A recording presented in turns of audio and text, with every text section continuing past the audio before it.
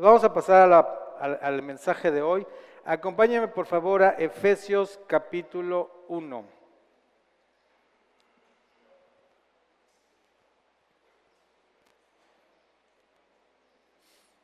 La carta a los Efesios del apóstol Pablo, capítulo 1.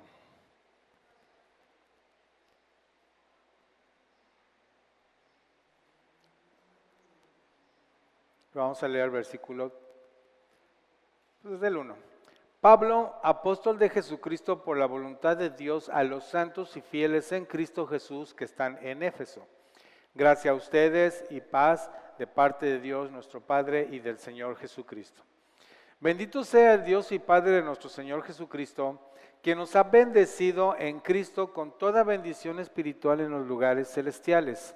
Asimismo, nos escogió en Él desde antes de la fundación del mundo para que fuéramos santos y sin mancha delante de Él. En amor nos predestinó por medio de Jesucristo para adopción como hijos suyos, según el beneplácito de su voluntad, para la alabanza de la gloria de su gracia que nos dio gratuitamente en el amado. En Él tenemos redención por medio de su sangre, el perdón de nuestras transgresiones, según las riquezas de su gracia, que hizo sobreabundar para con nosotros en toda sabiduría y entendimiento. Él nos ha dado a conocer el misterio de su voluntad, según el beneplácito que se propuso en Cristo, a manera de plan para el cumplimiento de los tiempos, que en Cristo sean reunidas bajo una cabeza todas las cosas, tanto las que están en los cielos como las que están en la tierra. En Él también recibimos herencia, habiendo sido predestinados según el propósito de aquel que realiza todas las cosas conforme al consejo de su voluntad, para que nosotros, que primero hemos esperado en Cristo, seamos para la alabanza de su gloria. En Él también ustedes, habiendo oído la palabra de verdad, el evangelio de su salvación, y habiendo creído en Él, fueron sellados con el Espíritu Santo que había sido prometido, quien es la garantía de nuestra herencia para la redención de lo adquirido, para la alabanza de su gloria. Muy bien, pues me voy a remitir al versículo 4 de lo que acabamos de leer. Y se lee: asimismo nos escogió en Él desde antes de la fundación del mundo para que fuéramos santos y sin mancha delante de Él. Entonces, estamos hablando que fuimos escogidos desde antes de la fundación del mundo. Y esto es bien importante porque no estamos hablando de improvisaciones, no estamos hablando algo que sucedió conforme a la marcha.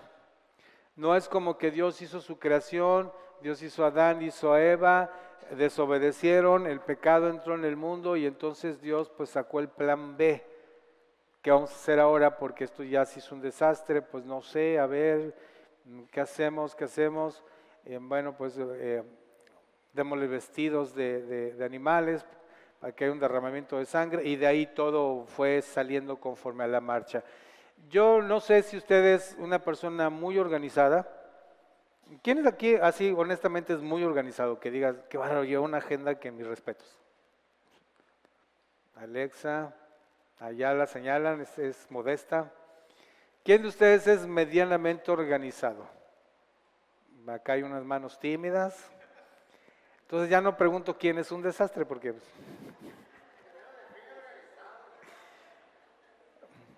Yo he tenido que aprender a punta de golpes y malas experiencias a organizarme porque es algo muy importante. No debemos desestimar nunca la estructura, el orden, la disciplina, son primordiales, pero para mí eso es como que me hablara en chino, ¿no?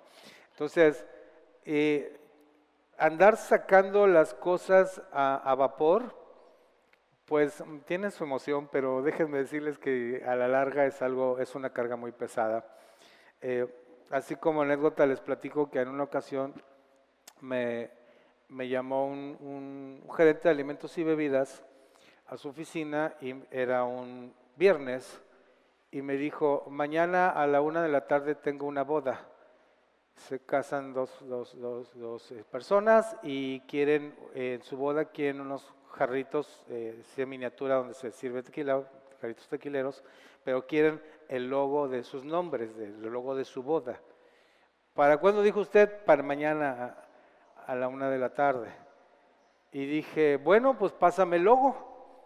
Entonces me pasó el logo, rápidamente fui con un impresor que me quemara el stencil para la serigrafía y ahí estoy toda la tarde y la noche serigrafiando los jarritos para tenerlos listos y entregarlos puntual.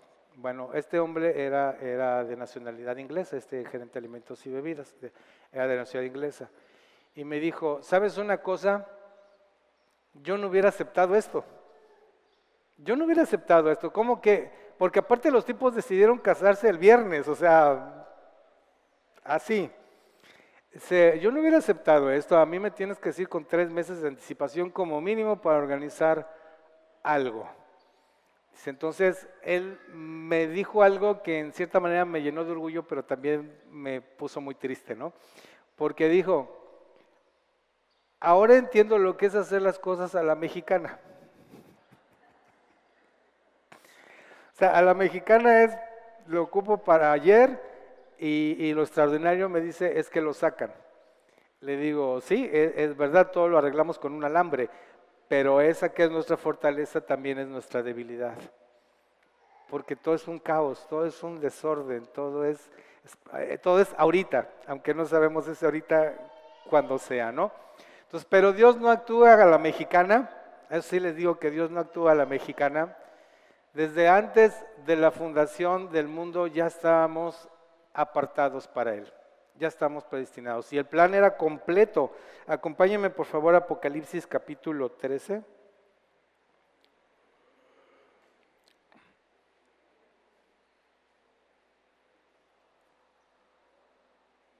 Vamos a leer el versículo 5. Y a la bestia le fue dada una boca que hablaba insolencias y blasfemias, y le fue dada autoridad para actuar por 42 meses. Y abrió su boca en blasfemias contra Dios, para blasfemar contra su nombre y contra su tabernáculo, es decir, contra los que tienen morada en el cielo. Y le fue permitido hacer guerra contra los santos y vencerlos.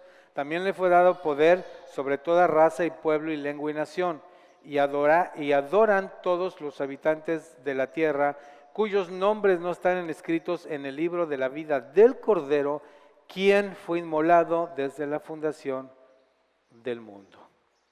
Entonces el plan era completo desde antes de la fundación del mundo, porque en el principio era el Verbo, y el Verbo era Dios, y el Verbo estaba con Dios, y el Verbo se hizo carne. Es decir, desde antes de la fundación del mundo, el Cordero fue inmolado, y nosotros fuimos predestinados para salvación. Ese plan ya estaba hecho, es perfecto y continúa. Tuvo su culminación en el consumado es, cuando Jesús exhaló y dijo, consumado es. Se acabó, ya todo está hecho. Ahorita estamos en ese proceso de la espera de su venida, pero ya todo está hecho. El plan se cumplió cabalmente. Entonces, es muy interesante lo que el apóstol nos dice, primeramente, que nosotros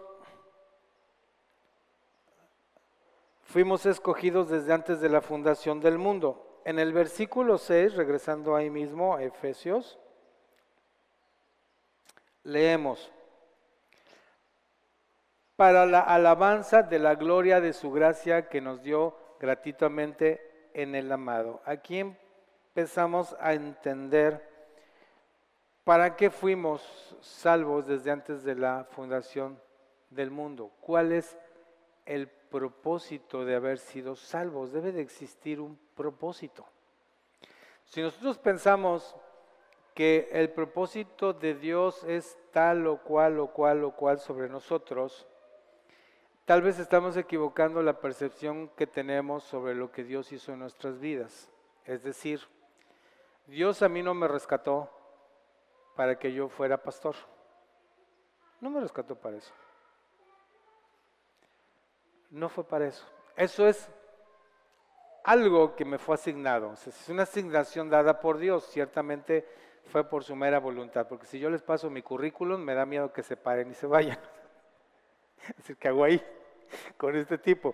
Entonces, no fue por mí, no fue por mi habilidad, fue por el puro afecto de su amor, pero eso fue una asignación, no es el propósito por el cual fui salvo. Eso son, y lo que usted está haciendo, que Dios le está llevando a hacer, no es el propósito de Dios por lo cual lo salvó. Eso es nada más una asignación que le fue dada. Entonces, como leemos, para la alabanza de la gloria de su gracia que nos dio gratuitamente en el amado. Si leemos en el versículo 9, Él nos ha dado a conocer el misterio de su voluntad según el beneplácito que se propuso en Cristo. Es decir, fuimos salvos por su voluntad para conocer su voluntad. O sea, no es como que ya somos salvos y ahora que, pues nada, pórtate bien, vive una vida piadosa, en lo sucesivo, trata de no pecar y espera su venida para que te vayas, ¿no? No. El propósito es que conociéramos su voluntad. Fue su voluntad rescatarnos para que conociéramos precisamente su voluntad.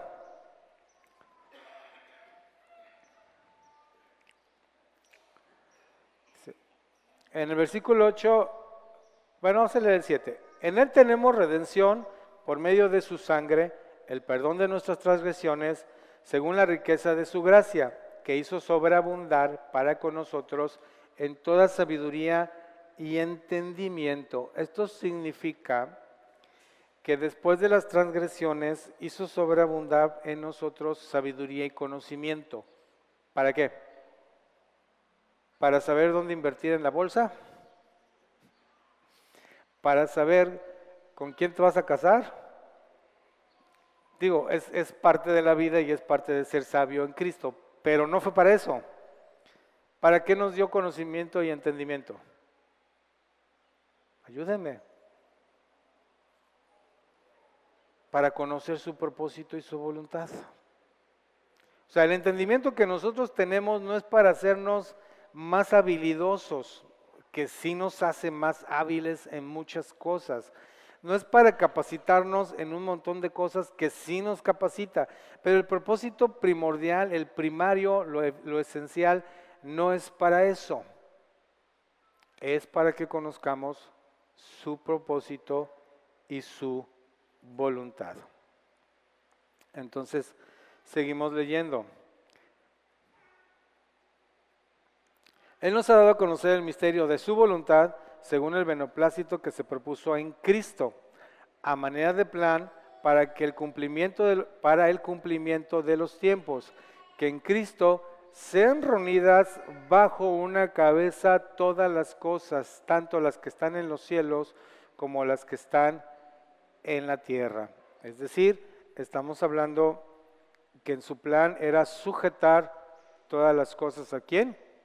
A Cristo. En Él tiene el dominio sobre la muerte fue vencida, Él tiene dominio sobre todo principado, sobre toda potestad, sobre toda autoridad. Él es la cabeza de todo y el dominio le pertenece. ¿A quién le fue dado inicialmente el dominio de su creación? A nosotros, en Edén, en el huerto. Nosotros la perdimos, la cedimos, entró la muerte por causa de la desobediencia y durante todo ese tiempo imperó la muerte. Pero Cristo en su resurrección venció a la muerte y le quitó el dominio a la muerte de esta vida. Y Él es cabeza de todo y Él domina y tiene autoridad sobre todo. Seguimos leyendo. En Él también recibimos herencia, habiendo sido predestinados según el propósito de aquel que realiza todas las cosas conforme al consejo de su voluntad, para que nosotros, que primero hemos esperado en Cristo, seamos para alabanza de su gloria. En Él también ustedes, habiendo oído la palabra de verdad, el evangelio de su salvación, y habiendo creído en Él, fueron sellados con el Espíritu Santo que había prometido. Hay una cita de un escritor, el cual fue una persona pues con muchos claroscuros de cuna presbiteriana, con muchos conflictos pues de identidad sobre todo, en su fe. Esto es muy interesante leer la biografía de Mark Twain, a ver si tiene tiempo, léala. Pero él dijo algo que no tiene desperdicio, es una frase coleccionable, es como un cuote para que lo ponga usted ahí de póster en la entrada de su casa, porque no tiene desperdicio. Según la famosa cita atribuida a Mark Twain, los 2 días más importantes en la vida de una persona son el día en que nace y el día en que descubre el porqué. ¿Se dan cuenta? O sea, los 2 días más importantes, uno es el ser, cuando te apareces en esta tierra, cuando coronas en tu madre, sales a la vida. Ese es uno de los días más importantes. Y el segundo es que descubras para qué saliste. Porque habemos algunos que de repente nos queremos volver a meter. Está muy feo aquí afuera, estaba más rico allá adentro, ¿no? Más tranquilo. Pero no, hay un propósito por el cual somos y existimos. Hay una razón de ser. Ahora, insisto, podemos pensar, bueno, es que la razón de ser por la cual yo existo, pues es porque en el caso de él sería un gran escritor, que no solo fue un gran escritor, fue un politólogo, fue muchas cosas en su vida, muy interesante, es un hombre muy prolijo, insisto, cuando tenga chance lea su biografía, está muy padre. El chiste es de que uno pensaría, él descubrió ese propósito por el cual estaba. Algunos pueden pensar, bueno, es que mi propósito pues es ser docente y educar a las generaciones y levantar muchas generaciones de gente educada, formada a través de la docencia. Puede ser, ¿no? Puede ser la salud, o sea, Dios me dio el propósito de dedicarme a la medicina para sanar personas. Y algunas que no son tan glamurosas como ser contador, ¿no? Pero yo nomás lo reto a que no tenga contador para que vea cómo es una espiral descendente hacia el abismo. Cuando usted tiene desorden en sus impuestos y tiene desorden en su contabilidad, va a perder muy feo. Así que sí hay un propósito muy noble en el contador. Entonces, pero sencillamente todo eso que nosotros pensamos que es un propósito, no es más que una asignación. Suena padre decir, no, pues es que Dios me levantó como un hombre de negocios, algunos dirán, yo no, pero algunos dirán, Dios me levantó como un poderoso hombre de negocios para sostener todas muchas obras. Eso es una asignación, o sea, si fue asignado muchos, pues fue una asignación, nada más, pero no es el propósito. Porque si leemos, ponemos atención,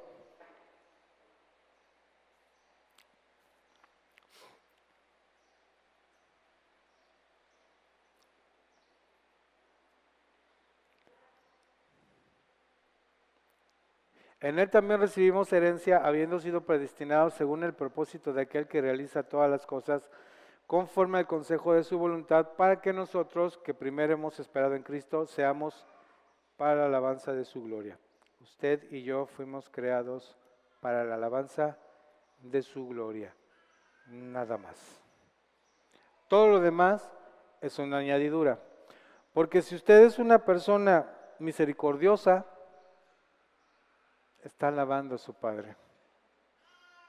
O sea, quien ve un acto de misericordia, quien ve un acto de amor, quien ve un acto de justicia, cada vez que en su alrededor se aprecia un acto de justicia, un acto de misericordia, un acto de amor, usted está alabando a Dios y los otros alaban a Dios por medio de usted. Ese es el propósito, que nosotros, usted y yo, como hijos de Dios, brillemos en medio de una generación perversa para la alabanza de su gloria, para la alabanza de Él. Entonces, pues qué responsabilidad, ¿no cree? ¿No cree? Yo no, pues a veces lo platico, no es algo que me enorgullezca. Yo solía ser muy desesperado en muchas cosas y solía ser demasiado pedestre, demasiado rudo con las personas cuando algo me desesperaba, y más cuando era producto de una indolencia. Entonces nunca me voy a olvidar que iba con Marquito, me acompañó al CCC, estaba antes de la reunión, fuimos a comprar unos yogurts para la mesa, creo, ¿no? Y entonces la cajera estaba platicando con otra cajera. Y yo llego y me atiende, me cobra, le pago y no tiene cambio. Y entonces se va a otra caja y empieza a platicar. Y yo, pasaban los minutos, ¿no? Entonces llegó un momento en que me fastidié y le dije, bueno, que aquí voy a estar toda la mañana, ¿me voy por un desayuno o qué vamos a hacer? Porque te estoy esperando con mi cambio. No era la manera, no era la manera. Entonces, Marquito nada más me quedó viendo como diciendo, ay, el pastor, ¿no? Como que no era una manera buena de discipular a Marquito tampoco, ¿verdad? Créanme que me avergoncé mucho después de ver mi actitud y de entender que estamos para la alabanza de Dios. Fuimos hechos para gloria de su nombre. Ahora, pues a veces nos vamos a enojar, no estoy justificando lo que les platiqué, a veces nos vamos a enojar, pero cuando más entendamos para qué fuimos creados, para qué fuimos salvados, vamos a entender mejor nuestro propósito, porque estamos enfrascados en un mundo que nos demanda un montón de cosas que son necesarias, porque a menos que usted decida vivir una vida contemplativa, se vaya a una cueva donde afuera haya alimento del árbol y nada más vaya, lo pepene y se lo coma, usted tiene que trabajar y tiene que resolver 20,000 cosas y tiene que atender familia y tiene que hacer cuantas asignaciones no tenemos y no es nada fácil. Interactuar en las relaciones interpersonales no es nada fácil. Pero saben, entre más entendamos por qué fuimos salvos, por qué fuimos predestinados desde antes de la fundación del mundo, más vamos a poder dejar que el Espíritu Santo vaya renovando y transformando esas cosas que no sirven, clavándolas en la cruz y viviendo esa plenitud de la vida de Cristo en mí. Entonces, nos ha dado a conocer el ministerio de su voluntad. ¿Cuál es el ministerio de su voluntad?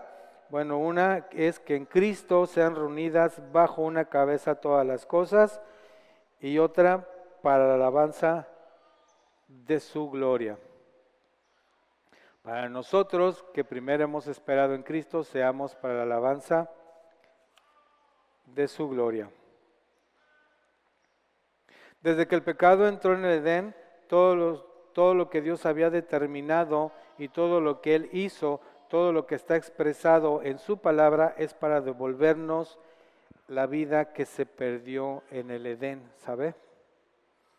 El segundo Adán, que es Cristo, hizo todo lo que hizo conforme a la voluntad de su Padre por la obra del Espíritu Santo para que nosotros recuperáramos lo que en el Edén se perdió, que es esa comunión plena y absoluta con Dios, donde el cielo y la tierra estaban juntos.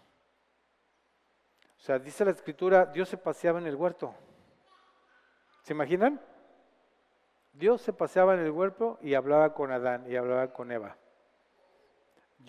No saben la ilusión que me hace un día estar delante de la presencia de mi Señor. Poder hablar con Él, como dice la Escritura, cara a cara. Sin estar pensando, porque cuenta un amigo mío, y es muy chistoso esto, porque un amigo mío que tocaba en la alabanza, no empieza a pensar en mis amigos que tocaban en la alabanza, porque no está aquí, así que un amigo mío que tocaba en la alabanza, y en la congregación donde asistíamos, pues era una congregación donde invitaban a mucha gente de fuera, entonces pues había de todo, había evangelistas, había maestros, había profetas, y cuando tocaba que invitaran a un profeta, era una angustia, y era un dolor, y era una cosa que nomás no aguantaba. Y yo, ¿por qué te pones tan mal cuando? No, dice, pues es que imagínate, nosotros estamos allá arriba, y luego, pues que tocamos, y cuando terminamos de tocar, se pasa el profeta, y a los primeros que va a escanear es a nosotros. Él creía que el ministerio de la profecía era como estar adivinando, como estar viendo la maldad en todo el mundo, ¿no? Le digo, pues, mano, no te voy a decir que algo has de haber hecho, porque pues si algo hiciste, pero pues igual yo, igual todos, o sea, como quién tú crees de aquí que pasaría el escáner. O sea, relájate, mano. Dios no va a sacar a flote tus pecados. Dios no hace eso, y menos en una palabra profética. Dios hurga entre el lodo y saca el oro. Eso es lo que hace Dios en una palabra profética. No anda sacando a balcón a la gente.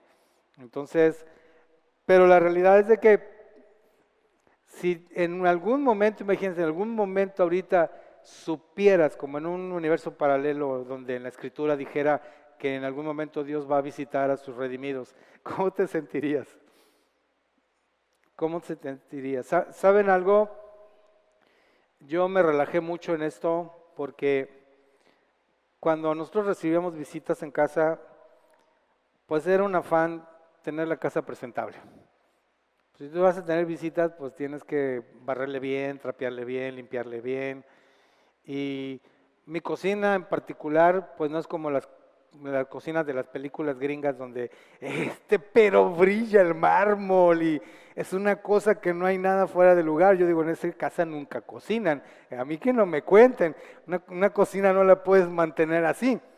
Entonces, yo cuando entraba, ahorita ya casi no, pero cuando entraba a las cocinas de los hoteles, por algún motivo, veía que sí las tenían impecables, pero tenían 10, 15 estufas limpiando. Pero para una casa, yo no sé, pero en lo particular yo nunca he logrado que mi cocina esté impecable, porque apenas la acabo de limpiar y ya se están sirviendo un vaso de agua, ya se están haciendo un café, ya se están friendo un huevo, o sea, nunca acaba. ¿Están de acuerdo conmigo? Bueno, pues era un afán tener la casa impecable, impecable. Hasta que un día dije, bueno, ya estuvo suave. Si yo invito a un amigo a mi casa, es mi amigo. Como que le debería de importar poco si la casa está limpia o no. Y es más, si se incomoda, ni mi amigo es. La mera neta. Si se incomoda, ni mi amigo es. ¿Qué tiene que estar entrando de fijado? Que si hay que mira la mancha, hay que... Si pasa la rata, que pase la rata. No, no es cierto. Tampoco así de coche, tampoco. Pero me relajé y saben que eso lo pude tomar como una forma de sentido figurado en mi relación con Cristo, con Dios, con el Padre también. ¿Por qué? Porque cuando mi amigo va, o mis amigos van, que normalmente son matrimonios, créanme que no andan escaneando, van a verme a mí. Y nos la pasamos súper. Y le puedo sacar los vasos de plástico y no de vidrio, y no importa que tomen un vaso de plástico y que no sean parejitos todos. O sea, de hecho, cuando hace poco vi una cena muy lujosa y todos los platos eran de diferente color y tamaño y que era la tendencia, y yo dije, estoy en la tendencia. O sea, si alguien viene a mi casa y dice, qué bárbaro, mira la tendencia de todo, está a la moda, porque todos mis platos son diferentes, disparejos. No hay una vajilla completa en casa, no la hay. Entonces, pude entender que lo importante, y yo igual, porque es recíproco, cuando yo voy a casa de un amigo, a lo que voy es a verlo a él, a su familia, es a lo que voy, no a andar revisando cómo vive. Entonces, entendí que cuando el Padre me ve a mí, no está viendo lo que hay en mí, está viendo a Cristo en mí. Él ve a Cristo en mí. Cuando el Padre me ve, no me ve a mí, ve a Cristo, ve a su Hijo, ve a Cristo. Por eso no hay mancha, por eso no hay pecado, por eso no hay objeción, porque no me está viendo a mí. Eso me relajó. Dije, bueno, sí le tengo que echar ganas en mi vida, pero ya estoy relajado, ya no estoy en ese afán de tener que estar continuamente haciendo algo para agradar a Dios. No es necesario. Busco agradarle por amor a Él, pero no para que me acepte. Yo no busco agradar al Padre para que me acepte, porque no soy acepto ni ahorita, ni mañana, ni nunca. Soy acepto en Cristo. Soy acepto en el amado. Entonces eso me consuela, me relaja y me hace inmensamente feliz. Entonces, esa comunión que podemos tener nuevamente a través del señorío de Cristo y a través del propósito de ser hechos y creados para alabanza de su gloria. Acompañen por favor a Filipenses capítulo 3.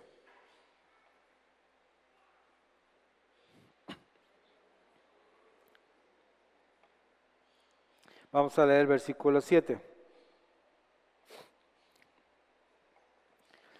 Pero las cosas que para mí eran ganancia, las he considerado pérdida a causa de Cristo. Y aún más, considero como pérdida todas las cosas en comparación con lo incomparable que es conocer a Cristo Jesús, mi Señor. Por su causa lo he perdido todo y lo tengo por basura a fin de ganar a Cristo y ser hallado en Él sin pretender una justicia mía derivada de la ley, sino la que es por la fe en Cristo, la justicia que proviene de Dios por la fe. Anhelo conocerlo a Él y el poder de su resurrección y participar en sus padecimientos para ser semejante a Él en su muerte, y de alguna manera me encontraré en la resurrección de los muertos. Otro de los propósitos por los que fuimos creados es para conocer el poder de su resurrección. Si nosotros no entendemos cuál es el poder de su resurrección, nunca vamos a poder ser personas que vivamos para gloria y alabanza de su nombre, porque en la resurrección está el todo del propósito de Dios. Acompáñenme a Romanos capítulo 8.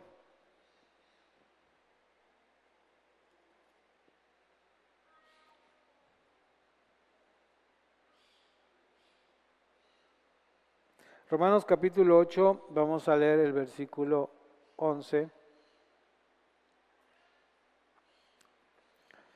Y si el espíritu de aquel que resucitó a Jesús de entre los muertos mora en ustedes, el que resucitó a Cristo de entre los muertos también les dará vida a sus cuerpos mortales mediante su espíritu que mora en ustedes. Es decir, ni usted ni yo tenemos la capacidad de ser para gloria y alabanza de su nombre conforme a nuestra vida, sino es por el poder de su resurrección y el Espíritu Santo que mora y opera en nosotros. Acompáñenme por favor a Marcos capítulo 5. Evangelio de Marcos capítulo 5.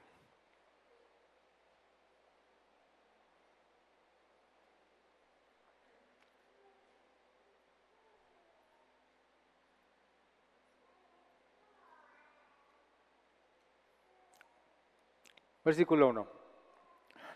Fueron a la otra orilla del mar y a la región de los Gadarenos.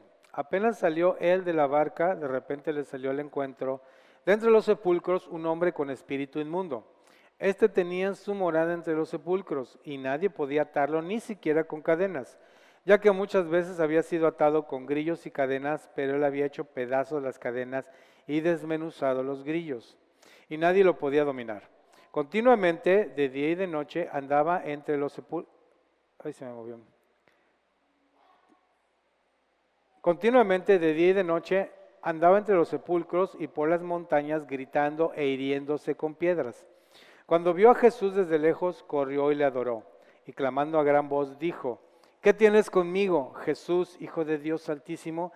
Te conjuro por Dios que no me atormentes. Pues Jesús le decía: sal de este hombre, espíritu inmundo. Y le preguntó: ¿cómo te llamas? Y él dijo: me llamo Legión, porque somos muchos. Y le rogaba mucho que no lo enviase fuera de aquella región. Ahí cerca de la montaña estaban paciendo un gran hato de cerdos. Y le rogaron diciendo: envíanos a los cerdos para que entremos en ellos. Jesús les dio permiso, y los espíritus inmundos salieron y entraron en los cerdos, y el hato, como 2000 cerdos, se lanzó al mar por un despeñadero y se ahogaron en el mar. Los que apacentaban los cerdos huyeron y dieron aviso en la ciudad y por los campos, y fueron para ver qué era lo que había pasado. Llegaron a Jesús y vieron el endemoniado que había tenido la legión, sentado, vestido y en su juicio cabal, y tuvieron miedo. Esto, mis hermanos, es el poder de su resurrección. Una persona totalmente perdida, totalmente desahuciada, totalmente patética, grotesca, que después de su encuentro con Cristo estaba en su cabal juicio. Ese es el poder de la resurrección que opera en usted y en mí. Así que la próxima vez que haga una fechoría y diga, ay, pues es que yo así soy, no diga eso. Piense que el poder de la resurrección de Cristo en usted puede operar para transformar su vida, la mía y la de todos. Y cuando estamos conscientes de ese poder de su resurrección, no hay límites. Estamos en un proceso, claro que estamos en un proceso. O sea, quisiéramos ser como el endemoniado, que se me quitara lo endemoniado a mí cada vez que me enojo, de la noche a la mañana. Y no es así. Pero sabemos que el poder de su resurrección puede transformar este cuerpo mortal en inmortal, de la misma manera que puede cambiar esta mente terrenal por una mente celestial. ¿Lo cree? Amén.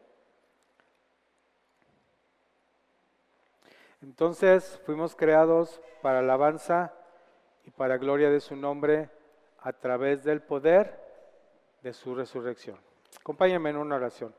Señor, te damos muchas gracias en esta mañana. Ponemos la palabra enseñada el día de hoy para que cualquier sabiduría que venga de una mente humana, de un corazón humano, sencillamente sea olvidada y desechada. Pero todo aquello que ha sido inspirado por tu palabra, Señor, yo te ruego que haga carne en el corazón mía y de mis hermanos y podamos ser transformados, Señor, para alabanza y gloria de tu nombre, a través del conocimiento y la sabiduría que nos has dado para entender el poder de tu resurrección. En el nombre de Jesús. Amén. Pues muchas gracias. Nos vemos el viernes en la reunión.